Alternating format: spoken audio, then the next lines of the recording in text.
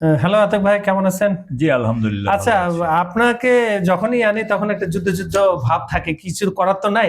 আপনার কি সেনাবাহিনী মানে কোনো ট্রেনিং ট্রেনিং নেওয়া আছে কিনা? না, আমার ছোটবেলায় জীবনের প্রথম টার্গেটই ছিল আমি বাংলাদেশ সেনাবাহিনীতে জয়েন করব। আচ্ছা পরে আচ্ছা। সেনাবাহিনীতে জয়েন করতে পারিনি, বিএনসিসি করতাম আরকি। বিএনসিসি করতেন। হ্যাঁ, যাক, ওই লাইনে আছে।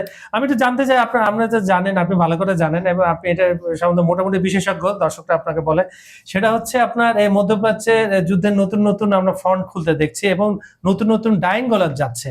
দেখেন, প্রথম দিকের যুদ্ধে আমরা কিন্তু জর্ডানে তেমন মানে 40 দিনের যুদ্ধ, যেটা জর্ডানের তেমন কিন্তু হামলা সেরকম ছিল না। কিন্তু এবারে আমরা দেখছি জর্ডান প্লাস সৌদি আরব, এবং সবার শেষে সৌদি আরবকে ধরলো আর কি ইরান। কেন?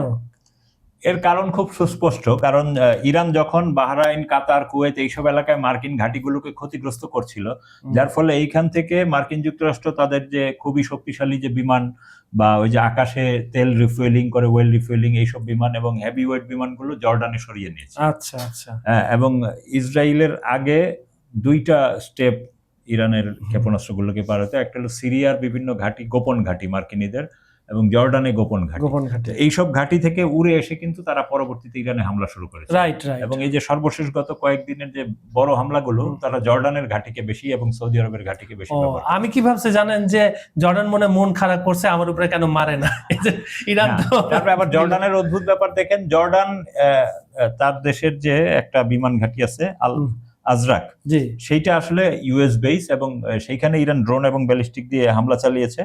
তো এর ফলে কিন্তু জর্ডানেরও বিভিন্ন ওই শহর, আশেপাশের শহরগুলোতে সাইরেন বেজে উঠেছে। এবং এখানে ইরানিরা যোগাযোগ ব্যবস্থা, রাডার এবং যুদ্ধ সরঞ্জাম, বিমান এবং বেশ কিছু হেলিকপ্টার ক্ষতিগ্রস্ত করেছে আর কি মার্কিনীদের।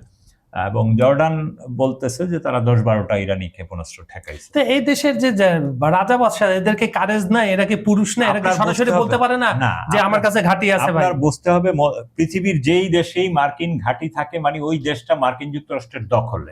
তার কিছু তাৎক্ষণিক সুবিধা, রাষ্ট্র চালানোর, রাষ্ট্র নিরাপত্তা নির্বাচিত করার, হ্যাঁ। হ্যাঁ, কিন্তু আসলে দেশটার কন্ট্রোলে থাকে মার্কিনীদের। আচ্ছা, এই যে সৌদির কথা কিছু বলেন। আমরা জানি সৌদিতে ইয়েমেনে যে প্রতিরোধ যোদ্ধারা আছে, ইরানের বন্ধুরা, তারা অ্যাটাক করার পর এখন ইরানও আসলে আপনি জানেন যে সৌদি আরব কেন ইয়েমেনের সাথে যুদ্ধ জড়াইছে? কারণ হলো সৌদি আরবের 1/3 এলাকা কিন্তু ইয়েমেনের অরিজিনাল। এবং সেই যখন সৌদি আরব গঠন হয়, ব্রিটিশরা তাদের এদিকে ভাগ দিয়ে দেয়, কিন্তু এটা ইয়েমেনের সাথে একটা চুক্তি আছে। সেই চুক্তি অনুযায়ী সৌদি আরব এই এলাকাটা ইয়েমেনকে ফেরত দেওয়ার কথা। এইটা ফেরত দেওয়া তো দূরের কথা, উল্টা আরো সেই ইয়েমেনের ভিতরে ঢুকতে চায়। কারণ সৌদি আরবের যে এলাকাটা ইয়েমেনি বলে দাবি করে, এবং আপনি জানেন যে সৌদি যে রাজ পরিবার, এরাও কিন্তু ইয়েমেনি বংশ। হ্যাঁ, এরা ইয়েমেনের ডাকাত পরিবার, ভদ্রলোক না, ক্রিমিনাল। হ্যাঁ, ব্রিটিশরা এই ক্রিমিনালদেরকে কালেক্ট করে তাদেরকে রাজা বানিয়েছে। সৌদি আরব আসল নামটা জানি কি ছিল? এটার আগে বলতো জাজিরাতুল আরব। এটা অটোমান সাম্রাজ্যের একটা প্রদেশ ছিল। হ্যাঁ, জাজিরাতুল আরব মানে আরব উপদ্বীপ আর কি। আচ্ছা, ঠিক আছে। আপনি কি ওদিকে যাওয়া? এখন সৌদি আরবের 2টা শহরে কিন্তু ইরানিরা মুহুর্মুহু ক্ষেপণাস্ত্র হামলা করেছে, যার ফলে সাইরেন টাইরেন বেজে উঠছে। একটা আল খারাজ ও ইয়ানবু শহর, এবং এটা ইয়ানবুটা হলো আপনার সৌদি আরবের পশ্চিমাঞ্চলে লোহিত সাগরের তীরে অবস্থিত, এবং আল খারাজ শহরটি রিয়াদের দক্ষিণে অবস্থিত।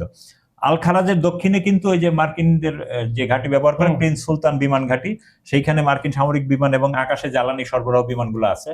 এবং ইয়েমেনিরা ওইটাকে টার্গেট করছে, এই 2টা শহরকে। কারণ যদি ধরেন এই যে হরমুজের তেল প্রবাহ বন্ধ থাকে, সৌদিরা করে কি ওই মাথা ইয়ানবু শহর ওই দিক দিয়ে যে লোহিত সাগরের রেল পাইপলাইন আছে ওইটা দিয়া, তো যার ফলে এটা কিন্তু একটা সিগন্যাল দেয়া হচ্ছে। হ্যাঁ, ইরানিরা এখন এই মানে ইয়েমেনের যে প্রতিরোধ যোদ্ধারা তো একই। হ্যাঁ, এরা কিন্তু সিগন্যাল দিচ্ছে যে এরপরে কিন্তু আমরা এদিকে। আচ্ছা, যুদ্ধের খাবার বাদ দেন না, সৌদি আরবের একটা খুব বিখ্যাত খাওয়া আছে সান্ডা দিয়ে তৈরি, এটা খাওয়া হয়েছে আপনার?